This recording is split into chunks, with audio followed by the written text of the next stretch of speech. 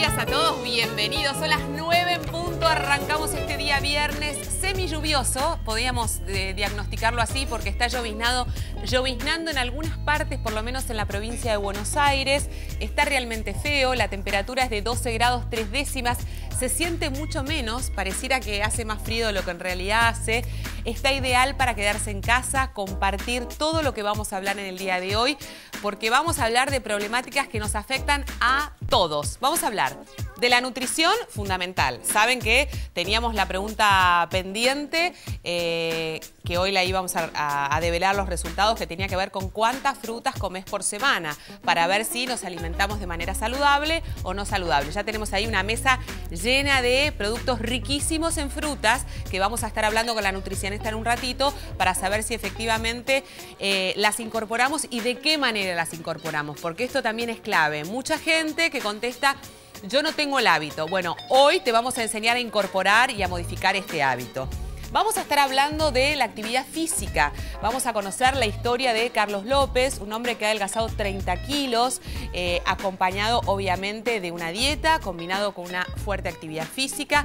Vamos a averiguar de qué se trata, cómo es esta actividad física, cómo hay que preparar este plan de actividad, cómo se mide la masa corporal de la que tanto hablan los médicos, que muchas veces nos quedamos con el título y no tenemos la menor idea cómo hacer y cómo calcularlo nosotras mismos para saber si efectivamente necesitamos ayuda y necesitamos comenzar a modificar estos hábitos básicos.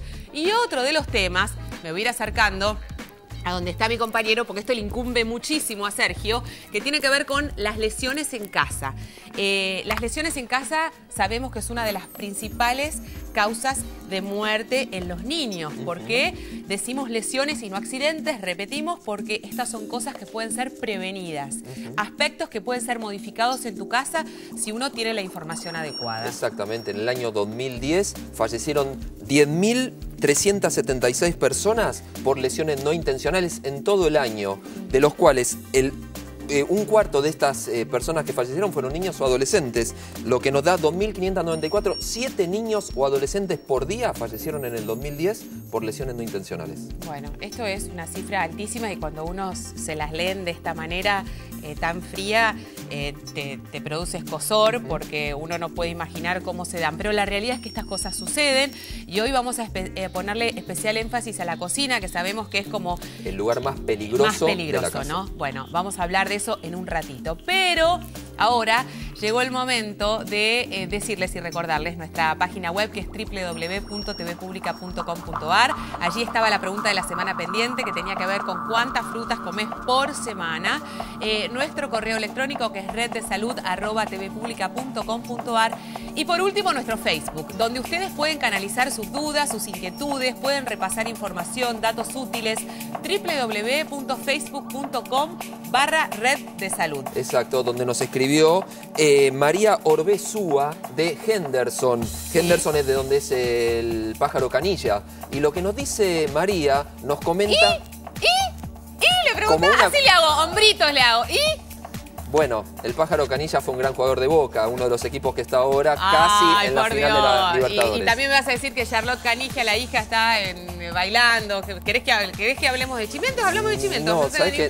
Nunca vi bailando. Bueno, ok, dale, bueno. Bueno, hablamos de Henderson. Lo que nos dice María es que vacunó a su hija contra la gripe y sin embargo la hija un par de días después empezó con mocos y luego terminó en una bronquiolitis. ¿Cómo puede ser? ¿Qué es lo que tiene esta vacuna? Le recordamos que la vacuna contra la gripe es contra el virus de la gripe y la bronquiolitis generalmente es por el virus sincicial respiratorio. Son dos cosas distintas. Una cosa es tener mocos y resfriarse y otra cosa es engriparse. La vacuna contra la gripe previene contra la gripe y no enferma. Doctor Sniek, yo no me anoté en Facebook, pero me anoto acá personalmente. Estoy despierta de las 2 de la mañana porque mi hijo Rufino tiene dolor de oído. Él es el que habitualmente sufre de los oídos. Tenía muchos mocos que obviamente no drenaron y el tipo hizo una otitis, evidentemente. Sí. ¿Qué debería de haber hecho yo anoche a las 2 de la mañana cuando el chico lloraba de dolor? Bueno, podrías haber entrado al Facebook, podrías haber preguntado ahí, yo me levantaba a la mañana y te contestaba. Pero tengo que aguantar desde las 2 hasta ahora. No. Si tiene dolor hay que darle un analgésico, antifebril, antitérmico, que generalmente vienen combinados, ibuprofeno o paracetamol, a la dosis que el pediatra le recomendó. Luego ir al pediatra para que vea si esto necesita o no antibiótico. ¿Necesita o no antibiótico? La mayoría de las otitis son virales. ¿La mayoría de las otitis son virales? Sí. Ay, mirá, hubiese dicho todo lo contrario. Sí, hoy se sabe que la mayoría son virales. Uno lo que puede hacer es esperarlas, ir viendo la evolución y ver si necesita un antibiótico. Esto, por supuesto, es algo personalizado, depende del control, ¿no? Y el pediatra va a mirar ese oído. A veces uno lo ve el oído y dice, no, esto necesita antibiótico.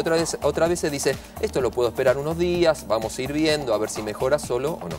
¿Y el llanto del niño se lo mandamos al pediatra también? Con el ibuprofeno o con el analgésico que el pediatra le haya recomendado. O sea, con eso supuestamente debería de calmar. A veces requiere algún corticoide que va a desinflamar rápidamente también. Bueno, echa la consulta, ¿eh? Por ahí te está pasando lo mismo. Tenés a tu hijo lleno de mocos y de golpe, de buenas a primeras, a las 2 de la mañana, se levantó en un grito de dolor porque le duele el oído. Bueno, te sirvió la consulta. Nos metemos ahora con la historia de Carlos López, una historia de vida maravillosa de alguien que pudo revertir una situación de sobrepeso, una persona que adelgazó y logró adelgazar 30 kilos. Obviamente con una dieta específica para sus necesidades, pero fundamentalmente con la actividad física. Lo conocemos. Desde chico siempre me gustó la actividad física. Y después con el tema del trabajo y eso uno va dejando un poco. El físico se va deteriorando, uno no sabe. Y yo después de una enfermedad y una operación que tuve subí mucho de peso. Y ahí fue donde casi fue obligatorio volver a la actividad física Era volver a la actividad física o quedarse así como uno estaba, mal. Y llegué a pesar cerca de 220 kilos. Y ahora estoy cerca de los 190, más o menos 195 kilos. Uno piensa, no sé, se decide hacer la actividad física y piensa que es una Ferrari. Arranca de 0 a 100 en 3 segundos, se termina lastimando, deja, vuelve. Y lo que tiene que buscar uno es un profesional que lo apoye, que lo ayude, que sea, cuando uno tiene un problema tiene que ser personalizada la actividad física, ¿no? Porque puede ya tener muchas cosas, más cosas en contra que a favor. Y eso te va desilusionando y te va haciendo largar. Uno tiene que tener las ganas de hacerlo, ¿no? De darse cuenta de que lo necesita. No solamente le va a mejorar, en lo personal te hablo, no solamente le va a mejorar la parte física por ahí, sino que uno se hace los análisis clínicos y después los va repitiendo y se va dando cuenta que por ahí físicamente estás igual, pero tus valores de glucosa mejoraron, tus valores de triglicéridos mejoraron, que en definitiva es eso lo que a uno lo enferma, no es ser un poco más ancho, un poco más angosto, eso no te enferma. Uno mismo después al sentirse mejor se va motivando solo y no es difícil. El tema es empezar y darse cuenta uno mismo que lo necesita. Es interesante lo que nos planteaba Carlos porque también tiene que ver y uno se da cuenta de la información que él hoy tiene de su propio cuerpo. Y esto forma parte de esta incentivación, del conocernos, de saber qué es lo que nos hace bien, qué es lo que nos hace mal y por ende poder tomar decisiones. Es muy interesante la historia de Carlos y nos vamos a ir a la mesa donde está el profesor Maximiliano Incarbone, que es con quien ha realizado toda esta actividad física y todo este ejercicio a lo largo de este tiempo para poder lograr adelgazar estos 30 kilos. ¿Vamos por más? Por supuesto. Buenos días. Buen día, Maxi. ¿Cómo te va? Bien. Con Carlos López hace 1 año y medio que estamos entrenando y lo que me parece importante aclarar es que las personas con esta patología tienen que trabajar con un equipo interdisciplinario, o sea, con un médico, con un profesor, con un nutricionista, con un psicólogo. Es muy importante que tengan esa contención. O sea, que no va la de solamente hacer actividad física y como decimos siempre, los controles previos son fundamentales porque acá estamos hablando de una persona con sobrepeso que puede tener riesgos cardíacos, que puede tener otro tipo de patologías y que necesitan ser controladas y evaluadas. Como decís bien, es fundamental el chequeo previo porque la obesidad siempre va relacionado con otras patologías, ¿sí? Diabetes, hipertensión, etcétera. Por eso es fundamental realizar un chequeo previo antes de realizar con las actividades. ¿Qué es lo que dispara? ¿Está comprobado que la falta de actividad física, el sedentarismo, es lo que hace que Carlos empiece a adquirir mayor peso de un momento al otro? Porque a lo largo de su vida lo veíamos en un tipo por ahí más robusto, pero absolutamente dentro de los parámetros normales de un hombre, y de golpe algo hace que empiece a subir de peso ya más notoriamente? Sí, hay dos cosas. Puede ser la parte genética o, como decís bien vos, el tema del sedentarismo, sí, que es el gran disparador de todas las enfermedades crónicas no transmisibles. Bueno, vamos a empezar por el principio, porque la historia de Carlos nos sirve a todos para empezar a tomar conciencia si efectivamente nosotros necesitamos modificar estos hábitos que tanto nos afectan. Por un lado, la nutrición y por otro lado, la actividad física. ¿Y qué tipo de actividad física? ¿Qué es el índice de masa corporal del que tanto hablan ustedes y que nosotros no tenemos la menor idea de qué se trata? Índice de masa corporal, para sacarlo hay que hacer una cuenta sencilla que es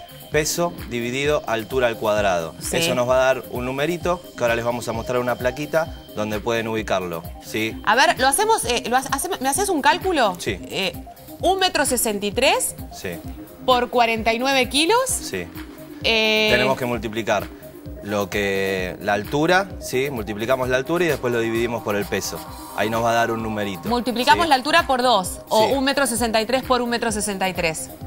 Peso sobre altura al cuadrado, multiplicás la altura. Estamos en un brete, porque yo para las matemáticas soy un desastre y por ahí a vos en casa te pasa lo mismo. Entonces esa fórmula que te la dan no la entendés. Entonces hagámoslo concreto.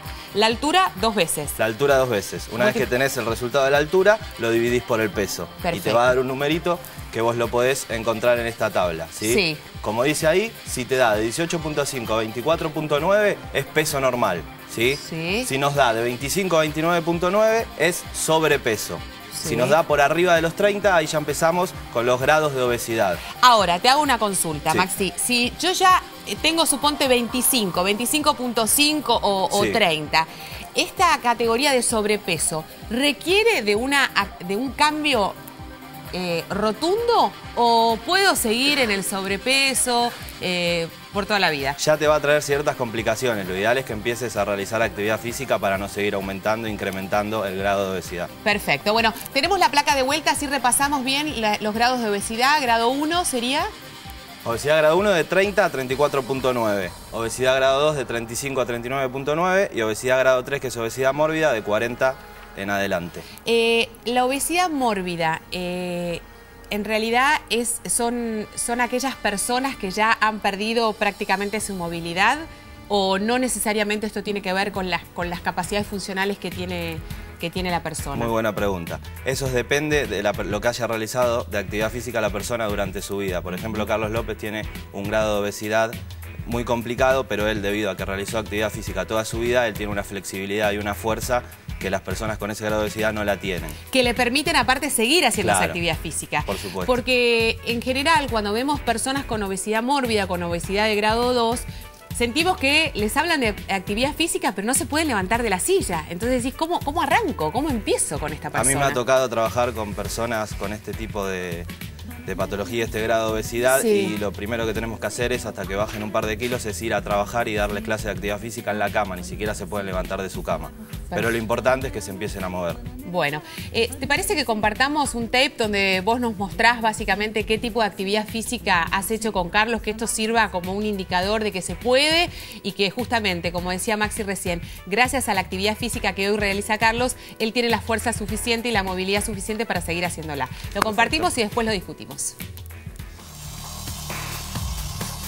Vamos a realizar un trabajo de piernas para trabajar la zona de los femorales y la zona del glúteo.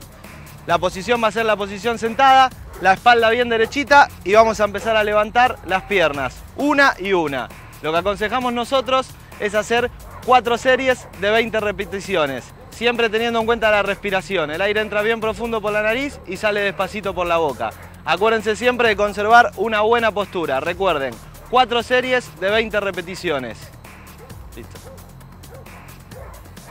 Recuerden siempre una buena postura y vamos a estar levantando la pierna y vamos a hacer alternado, una y una, ¿sí? Muy bien, perfecto. Recuerden siempre la respiración y vamos a hacer 4 series de 20 repeticiones. Lo que les aconsejamos también es un descanso entre serie y serie de 1 minuto y medio. Ahora vamos a estar haciendo un trabajo de tren superior. Vamos a estar trabajando la zona del hombro. Vamos a realizar una serie de ejercicios que se llaman vuelos combinados, ¿sí? Como siempre, una buena postura. Vamos a levantar los brazos hacia adelante, volvemos a la posición inicial y vamos a realizar el movimiento de costado. Ahí se cuenta una repetición. Seguimos, vamos con la segunda. Muy bien. Lo que aconsejamos nosotros es realizar 4 series de 12 repeticiones con 1 minuto y medio de descanso entre una serie y la otra. Ahí un poco más. Una más. Gracias por elegirnos para cuidar su salud. Bueno, viste que estaba Maxi diciéndole, vamos, Carlos, una más. No te quedes ahí solamente para la cámara, esto tiene que ser real. Hablando de esta realidad, me parece que es la primera vez que veo un tipo de ejercicio sentado, donde justamente una de las grandes problemáticas que tiene el obeso es la pérdida del equilibrio, donde siempre dice, no, yo si me paro ya pierdo el equilibrio y por ende no puedo hacer el ejercicio. Acá no hay excusa. No solamente por el tema del equilibrio, sino para no lastimar sus rodillas debido al exceso de peso que tiene, por eso hay que empezar a trabajar dando clase de actividad física sentado. Y es fundamental en las personas con esta patología la motivación, el afecto, el seguimiento, no solamente en la clase, sino el control en toda la semana, hacer un acompañamiento. Hablando de este acompañamiento, ¿qué hubiese pasado si Carlos hubiese iniciado su dieta? No me gusta la palabra, o sea, su plan nutricional que le hubiese correspondido y no hubiese realizado la actividad física correspondiente. ¿Qué hubiese pasado con su evolución? Hubiera bajado de peso, pero al realizar actividad física bajó muchísimo más, sí. Y como esto que decíamos al principio, hoy Carlos conoce su cuerpo y se automotiva, ¿no? El hecho de tener conciencia qué es lo que le hace bien y qué es lo que le hace, qué es lo que hace mal, tiene la posibilidad entonces de tomar decisiones. Y esto le sirve y le ayuda para las actividades de la vida diaria también. Y siempre son 3 pilares fundamentales: la actividad física, la nutrición y no hay que olvidarse del descanso.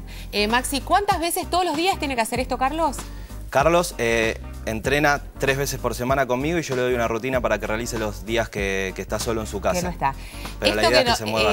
Carlos tiene nombre propio, pero vos en casa también tenés otro nombre distinto, así que no te hagas el distraído. Esto lo tenés que hacer todos los días, tengas o no tengas acompañamiento. La idea es ir de a poquito, ¿sí? Si vos sos una persona sedentaria que no realizás actividad física, no empezar todos los días, sino, por ejemplo, lunes, miércoles y viernes, y ir incrementando la actividad de a poco.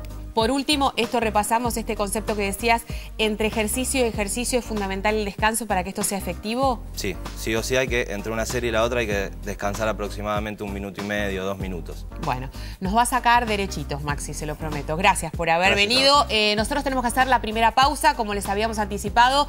Después de la misma vamos a estar hablando de lesiones en el domicilio, que son gravísimas. Vamos a hablar puntualmente de qué es lo que ocurre en la cocina de tu casa, cuáles son los peligros, cuáles son los riesgos. Y también estaremos hablando de nutrición.